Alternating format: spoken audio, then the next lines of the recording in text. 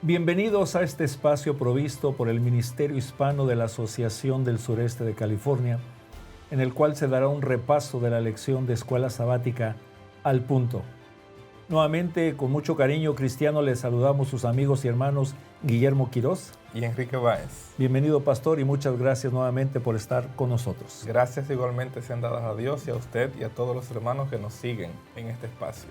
Por favor, no olvide suscribirse a nuestro canal, darle un like y recomiéndelo, por favor. El título de la lección de esta semana, el misterio del Evangelio. Esto es, Escuela Sabática al Punto.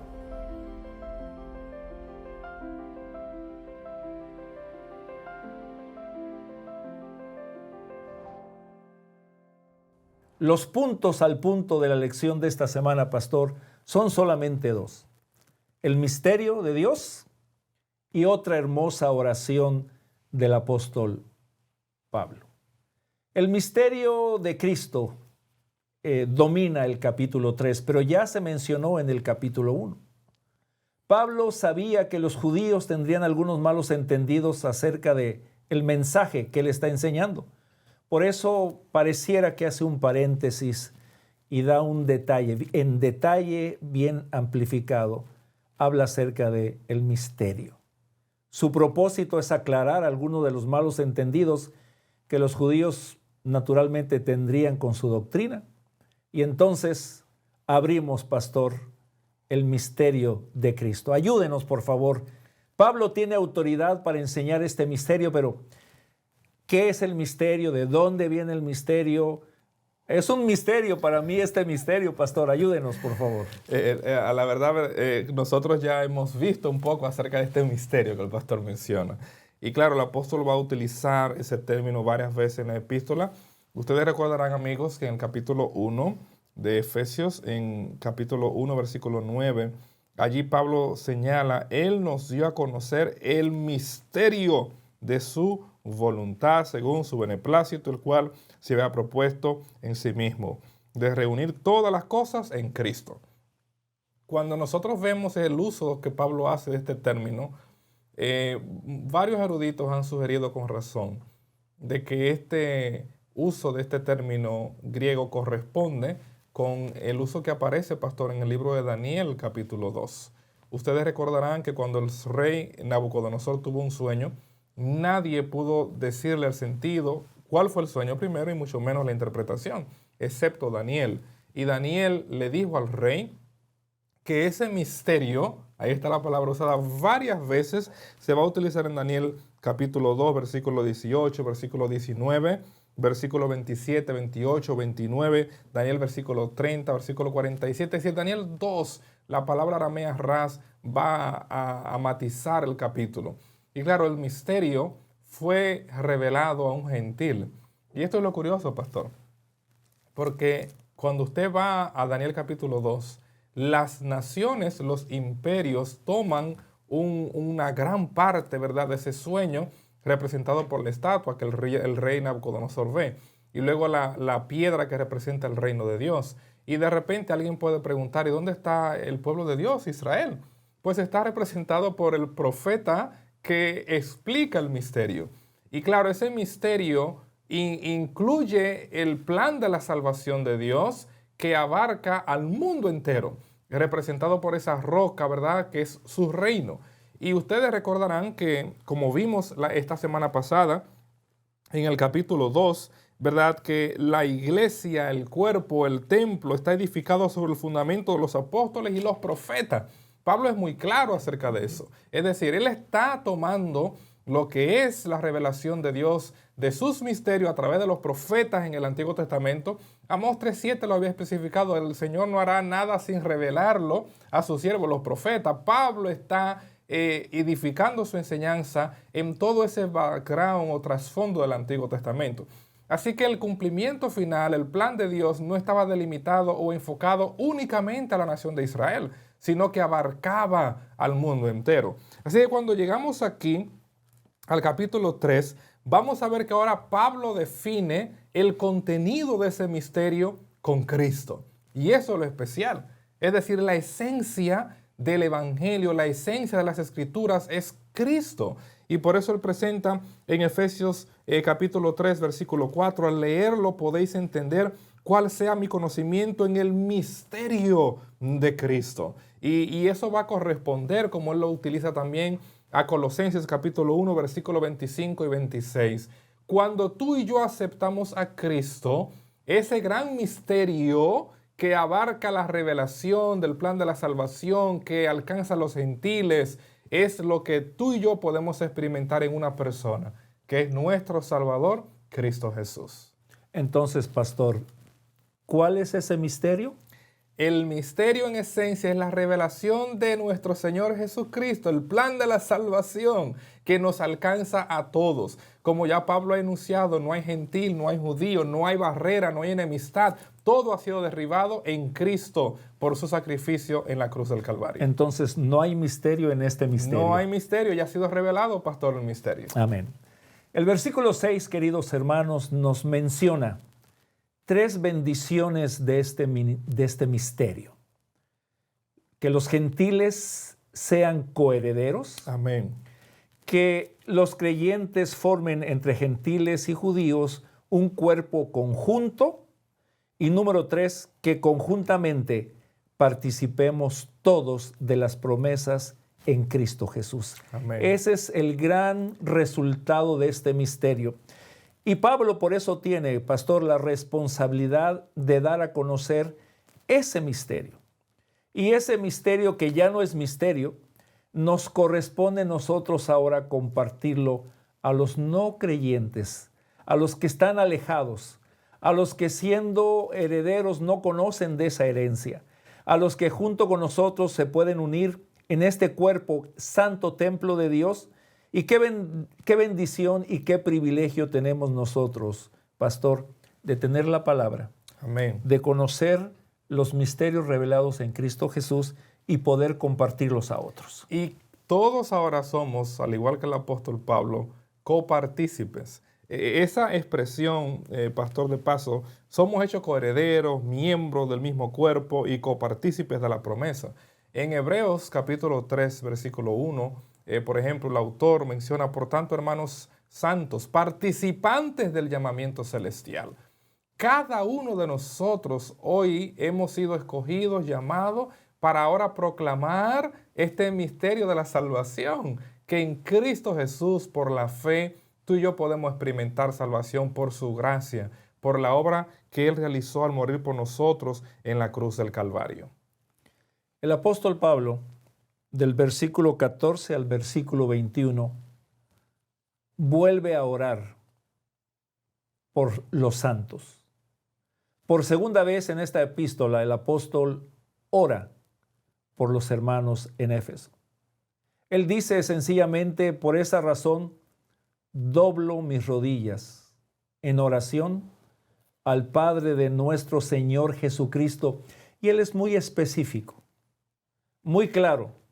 La oración intercesora debe ser bien específica.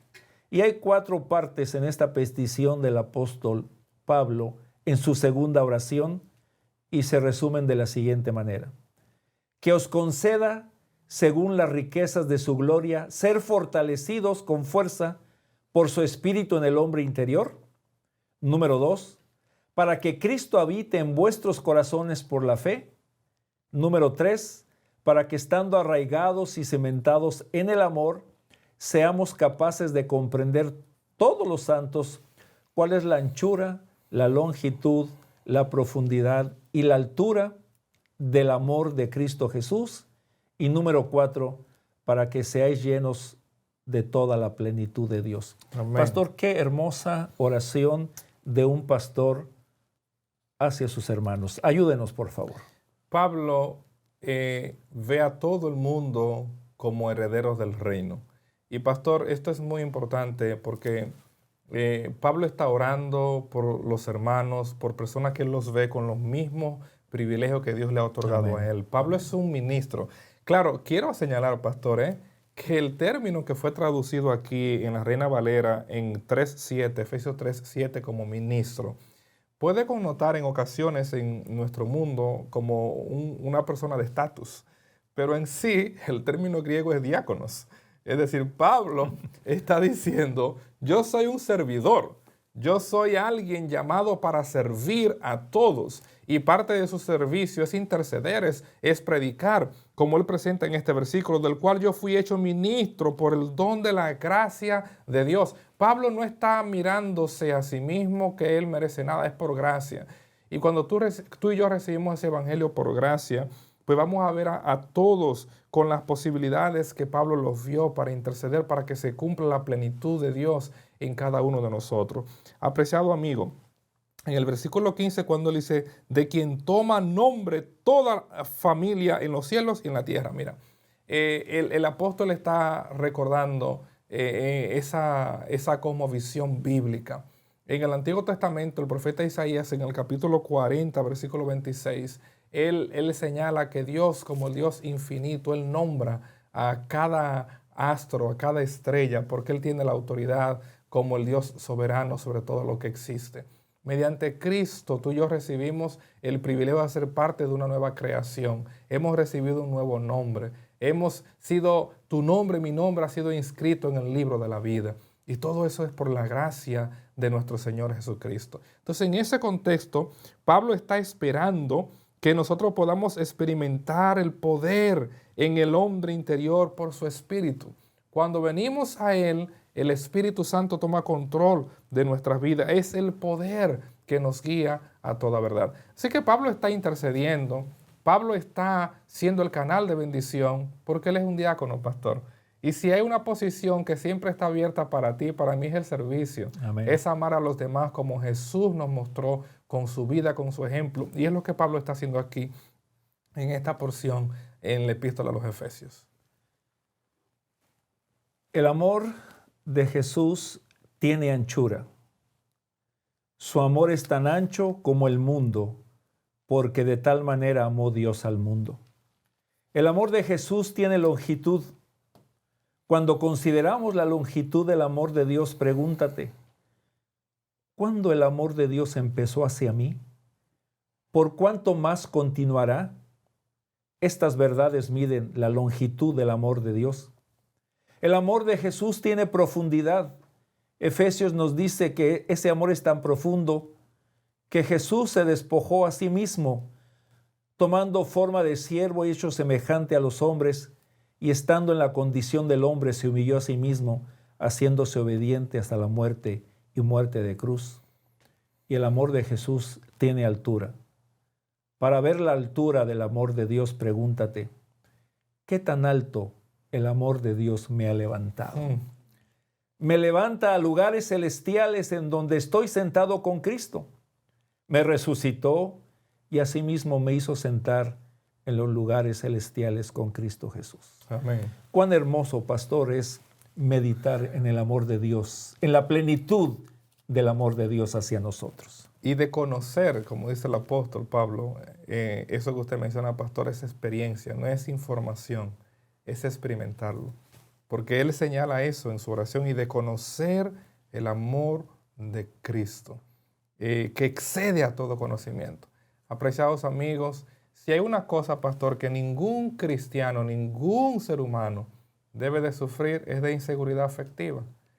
Hoy es común esa enfermedad, pastor. Los psicólogos, ¿verdad?, con frecuencia reciben personas en su consultorio de gente que piensa que no tiene valía, que piensa que la gente no le ama. Pero, apreciado amigo, a ti te amó Jesús, como dice una cantante, ¿verdad?, que en nuestra iglesia tuvo un impacto muy grande, del Delker. A mí me amó Jesús desde antes que existieran estrellas. Amén. A ti te amó Cristo por la eternidad. Y ese amor de Cristo es más que suficiente para que tú puedas entender que tú eres una persona valiosa, que tú eres una persona única delante de Dios, que causó que su amor se manifestara, se encarnara, Él viniendo a ocupar tu lugar y mi lugar en la cruz del Calvario. Y es en ese contexto que el apóstol nos señala ese grande amor. Ya Él lo dijo en el capítulo 1, cuando Él habló de la redención. En Él tenemos redención por su sangre. Efesios 1:7, es decir, el amor de Dios fue escrito con su sangre en la cruz del Calvario. Y es por esa razón que tú nunca puedes sufrir o no debes de sufrir de inseguridad afectiva, porque a ti te amó Jesús desde la eternidad. Jesús te ama y Él quiere que tú experimentes su amor cada día y que sea la motivación para que tú y yo vivamos vidas transformadas por su gracia y para gloria y honra de su nombre. Entonces, pastor, puedo decir que el misterio de Dios es su gran amor hacia nosotros. Revelado en Cristo y su vida y sacrificio, muerte y resurrección. Querido hermano, querida hermana, el amor de Dios es lo suficientemente ancho para incluir a cualquier persona. El amor de Dios es lo suficientemente largo para durar toda la eternidad. El amor de Dios es lo suficientemente profundo para alcanzar al peor de los pecadores. Y el amor de Dios es lo suficientemente alto para llevarnos al cielo. Amén. Gracias, Padre. Gracias, Señor Jesús. Y gracias, Espíritu Santo, porque me amas, porque te ama, porque nos amas. Esto ha sido Escuela Sabática al Punto.